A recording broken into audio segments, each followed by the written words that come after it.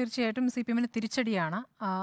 പക്ഷേ അതിലേക്ക് വരുന്നതിന് മുമ്പ് EP പറയുന്ന ചില കാര്യങ്ങളുണ്ട്. ചില പേരുകളുണ്ടല്ലോ. ഈ വിക്രം ചാൽ ശശി, പേട്ട ദിനേശൻ. ഈ പ്രതികളൊക്കെ ആ സമയത്ത് പിടിയിൽ ആയ പ്രതികളാണ്. ആ പ്രതികളുടെ മൊഴിയിലാണ് അന്നത്തെ ഒരു മന്ത്രിയും MLA-യുമാണ് ഗൂഢാലോചനയ്ക്ക് പിന്നിലെന്ന് പറഞ്ഞിട്ടുള്ളത്. അപ്പോൾ വെടിയുണ്ട ഏറ്റു എന്നുള്ളൊരു യാഥാർത്ഥ്യം അവിടെ നിൽക്കുന്നു. വെടിവെച്ച കുറച്ചുപേർ പിടിയിലാവുകയും ചെയ്തിരിക്കുന്നു. പക്ഷേ അതിൻ്റെ ആസൂത്രകരിലേക്ക് എത്തിയില്ല. അത് എത്താത്തതിന് പിന്നിൽ അന്വേഷണത്തിൽ ആർക്കൊക്കെ പാളിച്ച പറ്റി. അങ്ങനെ വരുമ്പോൾ ഇടത് സർക്കാരിന് പോലീസിനും വീഴ്ച പറ്റിയിരിക്കുന്നു, പ്രോസിക്യൂഷനും ആ തരത്തിൽ വീഴ്ച പറ്റിയിരിക്കുന്നു. അപ്പോൾ 29 വർഷമായി നടക്കുന്ന നിയമയുദ്ധം, അതിൽ അപ്പോൾ ഒരു തിരിച്ചടി നേരിട്ടിട്ടുണ്ടോ എന്നുള്ളൊരു യാഥാർത്ഥ്യം അവിടെ നിൽക്കുന്നുണ്ട്. അതേസമയം കെ സുധാകരൻ എന്ന രാഷ്ട്രീയ നേതാവ് സ്വന്തം പാർട്ടിക്കകത്ത് തന്നെ പ്രതിസന്ധി നേരിടുന്ന ഒരു പ്രത്യേക ഘട്ടത്തിലാണ് അദ്ദേഹത്തിന് ഈ നിയമ പോരാട്ടത്തിൽ വിജയം ഉണ്ടായിരിക്കുന്നത് എന്നുള്ളത്. അദ്ദേഹം സ്വയം നടത്തിയ നിയമ പോരാട്ടമാണ്, അതിൽ അദ്ദേഹം വിജയിച്ചിരിക്കുന്നു എന്നുള്ളത് അദ്ദേഹത്തിനും ഗുണം ചെയ്യുന്ന കാര്യം തന്നെയാണ്. ഇത് ഏത് സമയത്തായിരുന്നു എന്നുള്ളതാണ്. 95-ലാണല്ലോ ഈ സംഭവം. അത് ഏപ്രിൽ 12 രാത്രി 10:30 രാജധാനി എക്സ്പ്രസ് കേരളത്തിലേക്കുള്ള യാത്രയിലായിരുന്നു. തീവണ്ടി ആന്ധ്രയിലെ ഓൺഗോൺ റെയിൽവേ സ്റ്റേഷനിലെത്തുമ്പോൾ ട്രെയിനിലെ AC കോച്ചിൽ വാഷ് ബേസിൽ മുഖം കഴുകുകയായിരുന്നു EP. പെട്ടെന്ന് ഒരു വെടിയുണ്ട കഴുത്തിന് പിന്നിൽ തുളച്ചു കയറി. ജലന്ധർ പാർട്ടി കോൺഗ്രസ് കഴിഞ്ഞുള്ള യാത്ര EP ജയരാജന്റെ ജീവിതം മാറ്റിമറിക്കുകയായിരുന്നു. തലനാരിഴയ്ക്ക് രക്ഷപ്പെട്ട ആ സംഭവത്തിന് ശേഷം വെടിയുണ്ടയുടെ ചീളും പേറി EP ജയരാജൻ 29 വർഷം താണ്ടി. ഇതെല്ലാ കാലത്തും പാർട്ടി ആവർത്തിച്ച് പറയുന്ന ഒരു കാര്യമാണ്. ആ തരത്തിൽ അദ്ദേഹം പാർട്ടിക്ക് വേണ്ടി അങ്ങനെ ജീവൻ പണയപ്പെടുത്താൻ നിന്നിരുന്ന അത്രയ്ക്കും ധീരനായ ഒരു നേതാവ് എന്ന നിലയ്ക്ക് തന്നെയാണ് പാർട്ടി കണ്ടത്. ഇപ്പോൾ ഈ ഒരു അല്പം മുമ്പുള്ള വിവാദത്തിൻ്റെ ഘട്ടം വരെയും ആ രൂപത്തിലാണ് EP-യെ കണ്ടിട്ടുള്ളത്. ഇപ്പോൾ സുധാകരനെതിരെ ഗൂഢാലോചന കുറ്റം ചുമത്തിയിരിക്കുന്നു.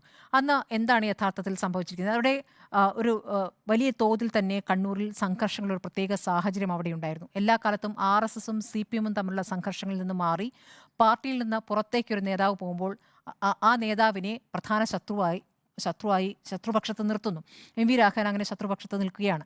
ബദൽ രേഖ രാഷ്ട്രീയം കൊണ്ടുവരുന്നു. കോൺഗ്രസ് ആണ് ഏറ്റവും വലിയ ശത്രുവെന്നും മുസ്ലിം ലീഗുമായി സഖ്യമാകാമെന്നും ഒരു ആലോചന അദ്ദേഹം കൊണ്ടുവരുന്നു. 12-ാം പാർട്ടി കോൺഗ്രസിൽ പാർട്ടി പിടിച്ചെടുക്കുക എന്ന ലക്ഷ്യത്തോടെ അങ്ങനെ ഒരു തീരുമാനത്തിലേക്ക് പോകുന്നു. ആ തീരുമാനത്തിന് നായനാരുടെ എല്ലാ ആശീർവാദവും എല്ലാ സഹായവും പിന്തുണയും ഒക്കെ ഉണ്ടാക്കി ഒരു ബദൽ രേഖ ഉണ്ടാക്കി കഴിയുമ്പോൾ ബദൽ രേഖയിൽ ഒപ്പിടാതെ നായനാർ തന്ത്രപരമായി മാറി നിൽക്കുന്നു. അപ്പോൾ പാർട്ടി നടപടി MVR-നെതിരെ മാത്രമാകുന്നു. MVR പുറത്തു പോയ ശേഷം MVR പുറത്തേക്ക് ഇറങ്ങുന്ന ഏത് ഘട്ടത്തിലും ആക്രമിക്കപ്പെടുന്ന ഒരു സാഹചര്യം ഉണ്ടായിരുന്നു. കൂത്തുപറമ്പ് വെടിവെപ്പ് അടക്കമുള്ള സാഹചര്യങ്ങൾ അന്ന് കണ്ടതാണല്ലോ. അപ്പോൾ അങ്ങനെ ഒരു പ്രത്യേക രാഷ്ട്രീയ സാഹചര്യമാണ് അവിടെ ഉണ്ടായിരുന്നത്. കെ സുധാകരൻ എന്ന നേതാവ് എങ്ങനെയാണ് കണ്ണൂരിൽ ശക്തനായ നേതാവുന്നത്? അവിടെ CPM-നോട് ആ രൂപത്തിൽ നിന്ന് പോരാടുന്ന ഒരു നേതാവെന്ന നിലയ്ക്കാണ്. അത് വാക്കുകൊണ്ടും പ്രവൃത്തി കൊണ്ടും ഒക്കെ അങ്ങനെ തന്നെയാണ്. എടാ എന്ന് വിളിക്കുമ്പോൾ പോടാ എന്ന് വിളിക്കുന്ന രീതിയിൽ നിന്നുകൊണ്ടാണ് സുധാകരൻ അവിടെ മുഖ്യ ശത്രുവായി മാറുന്നതും. അപ്പോൾ ആ സമയത്ത് ഈ രൂപത്തിലുള്ള പ്രതികരണങ്ങളൊക്കെ ഉണ്ടായിരുന്നിരിക്കാം. തെളിവുകളില്ല എന്നുള്ളൊരു യാഥാർത്ഥ്യം അവിടെ നിൽക്കുന്നു. ഇന്ന് ഇപ്പോൾ കൗതുകരമായ ഒരു കാര്യം, EP-ക്ക് വേണ്ടി പറയാൻ EP മാത്രം എന്നുള്ളൊരു യാഥാർത്ഥ്യം ഇന്ന് നമ്മുടെ മുന്നിലുണ്ടായിരുന്നു. CPM നേതൃത്വത്തിൽ നിന്നൊരു പ്രതികരണം കണ്ടില്ല. ഇന്ന് ഗവർണറുമായി ബന്ധപ്പെട്ട വിഷയത്തിൽ ഗവർണർക്ക് തിരിച്ചടി എന്ന വാർത്തയിൽ പാർട്ടി സെക്രട്ടറിയുടെ വാർത്താക്കുറിപ്പ് പ്രസ്താവനയാണ് വന്നത്, പ്രതികരണമായിട്ട് വന്നിട്ടില്ല.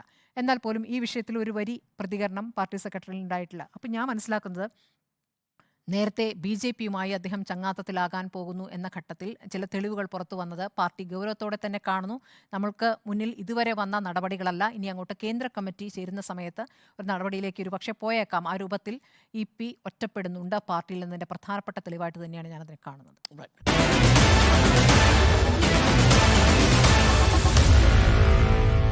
Meet the editors.